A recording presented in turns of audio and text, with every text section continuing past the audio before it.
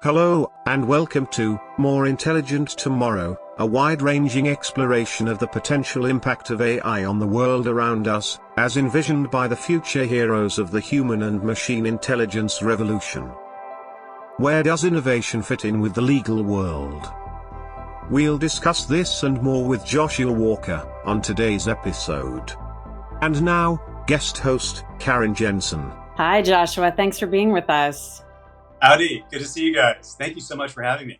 I have to say that I find it pretty astounding that two lawyers are doing a podcast talking about AI. It's amazing to me and something I would have never contemplated when I went to law school. That's awesome. You present an idea in the book that the field of law and the field of data science have some correlations and even some overlapping history, which I found to be really interesting. Can you just talk about how you see law and AI fitting together and even what the two fields can learn from each other? I think it's stronger than that. I will make the argument that law and computer science are the same domain. And you see this in the way when we were starting up, right? And you learn at a faster rate than anything when you're trying to create a company. You know, you're assembling furniture, you're selling, you got to do HR, you got to do compliance, so you learn everything. But we worked with computer scientists and MBAs and others, but the computer scientists and the lawyers, it was so easy for them to talk to each other. If you're doing your taxes, if you're a tax lawyer, you're trying to classify this bit of revenue and this bit of expense as X or Y or Z. It's a straight up classification problem. Computer scientists are also trying to classify data. Then they have something called algorithms, right? An algorithm is a means of resolving a dispute. Well, what's like that in law? That's a lawsuit, right? We call it the court system, right? That is a means of resolving disputes, hopefully finding justice, something that's profound and out there. But from a practical standpoint, it's an algorithm for resolving disputes between humans. There is a deep connection between computer science and law, and we've never leveraged it. And they're so like us, computer scientists. They think about things in a very abstract way. It's a formal language. And when we were trying to build this company, even then, they didn't want to work with lawyers. Like computer science, like, oh no, it's the last thing they want to do is talk to lawyers. So I'm like, you really got to look at this stuff. It's going to enable your NLP to work better than the Wall Street Journal corpus or Twitter feeds or anything else, because the way that lawyers write is structured. And if you can extract structured information, you can get very, very, very accurate results in a way you just can't do in just sort of, general chat bots and things like that. I think in your book or in some other part of my research, I heard a bunch of different reasons why algorithms and data are important to the law. Number one, it can reduce litigation and even avoid litigation at times. It can help facilitate the efficient use of litigation. Number two, it can expose unethical behavior by attorneys and even by litigants. And then number three, it increases access to justice, right? Because more people can access the justice system if the justice system is not bogged down with unethical, frivolous filings, right? Would you agree with that summary? I totally agree. And I'll keep going with your question about there's three other use cases to draw from that. One is IP insurance, right? It can help the insurance market if you have data on litigation, which can just smooth out all the chaos in society a little bit. There's patent AI is another use case, and there's contract AI, which is extracting information from contracts to which clauses are where if you've got 100,000 contracts. But the most important thing you said was access to justice. And that's a really important element. So enabling people to handle the big commercial cases more efficiently in a more, aware way with a lot of data, empowering the judges to do that better does free up their time to focus on a lot of the other stuff. Let's take a lawyer, she's in St. Louis, she's writing a contract or she's writing a brief. She may write the most beautiful brief in history, but it's only really going to be used once. It may get put in the precedent file for the law firms, so they get used once. If she writes a brief writing AI, that can be used by a million people or 100,000 people. So the economies of scale of being that craftsmanship, being able to serve many, many, many people, it scales massively when you give people access to really good artificial intelligence, which is out there right now. That's actually a really beautiful segue to, I want to talk to you about your experience in Rwanda. And you were part of a community of people supporting the War Crimes Tribunal. And you were not a lawyer at the time, but you were tasked with marshaling all the evidence, getting things organized. And you had very few tools on the ground to use, but you had Microsoft Word, and you used Microsoft Word in a really pretty incredible way. Can you talk about what you built in order to gather all that evidence? Absolutely. 500,000 people that were killed. Yes, that's right. There are about, we estimate 1 million people were killed. The estimates range down to 600K up to 1.2 million, but 1 million is about the right estimate. It was a preventable, orchestrated, sets of massacres, right? So there's evidence. Again, this is all public now. People knew it was they could see it coming. And, after Somalia, the U.S. didn't want to intervene so much where it didn't really have to, right? And so that was one of the reasons that we didn't act the way we should have in Rwanda to prevent it. So it was about 94, 95, 96. And there were a group of us. We were in the same office building starting in DC that they were working on the DOJ Microsoft antitrust case, if folks remember that. We had a database, but it wasn't designed to do what we needed to do, really. It wasn't what we needed in the first place, and it just didn't work. Like, it just was too proprietary. It was too, whatever. It just didn't work. So the only way we had of accessing data at the time was through something called microfiche. Microfiche is a photograph. It's like this roll of film, and it has it's a reel this big. It's got 2 million pages to it, and you can scroll through and take raw information and try to turn that into intelligence and then ultimately into evidence, right, for the prosecutors. So I was asked to photocopy several million pages, basically, for our head of investigations, a guy named Michael Hurrigan, who was again a real hero, and Amadou Dem, who saved hundreds of people during the genocide. He worked on our team, and then a Senegalese judge, the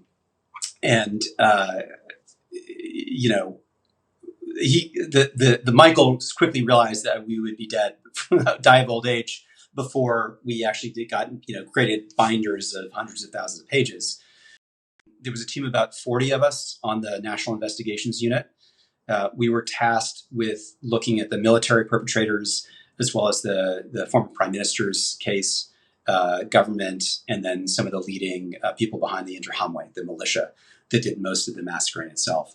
And so Michael divided up the investigation into 22 parts. And again, this is public at this point. These cases are, these criminals are in jail right now, or they ended up there. And 22 components. And each of those components were, essentially a case or part of a case that a prosecutor could bring. So these are the elements that are needed. These are the people we're investigating. The document we built, the database, if you will, mirrored that exactly. So what the prosecutors needed, how the team was composed, and the data structure, they were all the same thing. It was one pancake. So there were 22 sections to the master document, subdocument, and you could search it, right? You could take an interview, a witness interview, and you just dumped it into the file. It became unmanageable eventually, but it worked for multiple years. And, every one of those targets, again, they were able to successfully prosecute, again, after they were vetted and found to be, that the case was very strong and there was evidence that they were guilty. It's very subtle the way you communicate this, but you built this system that facilitated the prosecution of these war criminals, and they were virtually all prosecuted. And you have a line in here: to be clear, when I came back home No one I met cared about the tribunal, Rwanda, or the problem of genocide more generally in human society. I'm not sure that has changed. Few care. I tell you this story because you should. You are attorneys. I think in terms of the point on genocide, my point is more broadly, lawyers tend to view AI as saying, oh, this is terrifying and it's going to shrink the profession or not. It's not shrinking the profession. We're shrinking the profession by burying our heads in the sand. That same technology, that same facility, if you build it for your giant clients, you can use it for like regular citizens or drop it into a nonprofit that will handle the liability and manage it, right? That's where we need to go because 95% of the market is unmet. And in big companies, that same, ostrich head in the sand practice that we've had with AI as a friend, I blame myself too, right? It's not an admonishment to the profession. It's an admonishment to me and everyone else. That same putting our head in the sand, it means that lawyers inside companies, people don't talk to you, right? They don't tell you what's going on. You're not able to review and manage contract risk at the rate it goes to the ops people who don't care about contract law or anything else, or, they've got their own way of doing things. That's fine. But lawyers are really trained to think about the words and contracts and risk and all that stuff. If we had AI, they'd come to us more. I think there is a connection between our lack of empathy for those most in need and our lack of empathy for our clients that are in-house. I think it's the same problem. And I think if you can build something for your biggest clients and they can pay for this stuff, right? They know you're a genius at whatever it is, admiralty law, or they're coming to you for a reason. They know employment law better than them or whatever it is. And they don't want to do it, right? They want to manage it, not necessarily, they don't have time to get in the weeds.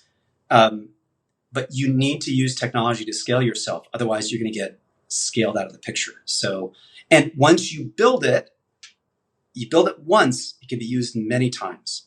And that can be used by many, many people, whether it's immigration law, family law, which again is very messy for people without representation, or other areas. So I think the law is a mess. I think we've failed, both governmentally and as attorneys, to really think about this system in a good way.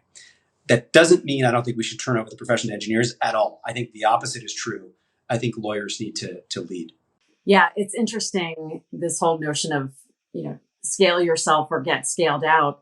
The technology allows you to get to the answer faster. So you could be presented with terabytes of data, and using advanced technology will allow you to organize it very, very quickly. And that's something that you can do regardless of whether you're in litigation. At the outset of an investigation, just understand what you're dealing with. But it's just been I started using it a decade ago, and it's still so slow to be adopted. Why do you think that is? Why do you think lawyers are so slow to adopt what's available and commonly used in other industries, by their clients even? Yeah, I think it's really important. In a lot of those contracts, they come from the clients and then they're forced on the law firm. So the law firm the client will say, I'm going to buy this, you use it. Sometimes it's the opposite. Like sometimes they'll push the law firm to pay for things too. But and if you're a vendor, selling it to the legal market is really hard. So the issue is they're LLPs. So every dollar I spend as a technologist inside a law firm is pro rata a penny or a fraction of a penny from someone else's pocket that year. So that is a structural problem that is not being addressed unless we consider different types of entities for law firms, which I think we have to consider that, despite all the challenges and then the strong need to maintain ethical rigor in everything we do. But I think we can do that. What law firms need is not necessarily an innovation hub. What they need is hard workplace to improve client outcomes, right? It's got to be like M&A, litigation, employment law, it could be admiralty law, immigration law, whatever it is. How do we, and I want to be careful, AI and technology is not a good in of itself. I don't care about it at all. I'm agnostic about it. It's just it's a tool, but I am kind of crazy not to use a tool at my disposal that's going to improve my clients' chances of, first of all, avoiding risk, and second of all, maximizing their pathway through whatever stuff we've got. What many of the firms are doing is, launching a chief innovation officer or something along those lines, and having, once argued for launching a chief innovation officer at a law firm myself. I understand that you have some qualms about the word innovation. And so can you just talk to me about where you think innovation fits in with the legal world? Yeah, no, you're the second person that's taken me to task for taking the term innovation to task. And the other person who is really a veteran, brilliant and lovely legal ops officer at a big tech company is like, innovation should be in everyone's title, right? It should be part of what we do. What I don't want to see is innovation theater, right? And that's my worry with any unit. What do you mean by that? What do you mean by innovation theater? People spending money and doing a project for show, as opposed to we're going to prototype something and we're going to deploy it and it's going to help our client get a better return on their outcome. I love the term innovation, right? Even though I'll tell you why I had qualms with it originally. What it's doing is incredibly important, but it needs to be part of your DNA, like ethics. So our podcast is called A More Intelligent Tomorrow. From where you sit, from your perspective, with everything that you've done in your career, your book on legal AI and your experience founding Lex Machina and representing flying card companies, what does a more intelligent tomorrow look like to you? Thank you so much. And I think, we don't know, as no one knows, what's beyond the AI event horizon, right? We've never had, a system of compounding its own intelligence or its own statistics, really, which is really what's going on right now. But that compounding effect, we don't know what's beyond that horizon, right? Humanity's never deal with that. But we both think the dystopian view and the utopian view are both BS. Like, it could be either. It's going to be all of the above. It's going to be a mix of all these possibilities. AI should be like your orchestra, and you are the conductor. It's designed to empower people, not to oppress and replace them and make them, batteries or fodder, like in the Matrix. I was in front of a famous social networking CEO and a famous Hollywood agent, and they were talking about machine learning about 8 years ago. And they go, machine learning is great because, it's going to help us promote Lady Gaga much better on all these social networks. And I'm like, you guys are crazy. That's not the purpose of machine learning. The purpose of machine learning and all of this AI is not to make Lady Gaga more popular. It's to make me Lady Gaga. And now, on legal AI has two meanings. One is how we apply artificial intelligence, software and data, really. It's like data and math to the law, right? It's not AI at all. It's data and math. The second meaning is making AI legal. And that is something that's very important. It's a massive growth industry for us. When people use the word AI ethics, in my view, it's a red herring, right? It's a red herring designed to keep lawyers away from the fun experimental stuff that's going on. And that's really cool to do really great experiments. Lawyers need to be part of the conversation of governing AI. Yes, absolutely. Absolutely. Thank you so much. We really appreciate your time. This has been so insightful. And Thank you so much. It was a real pleasure to be here, and I really enjoyed the conversation.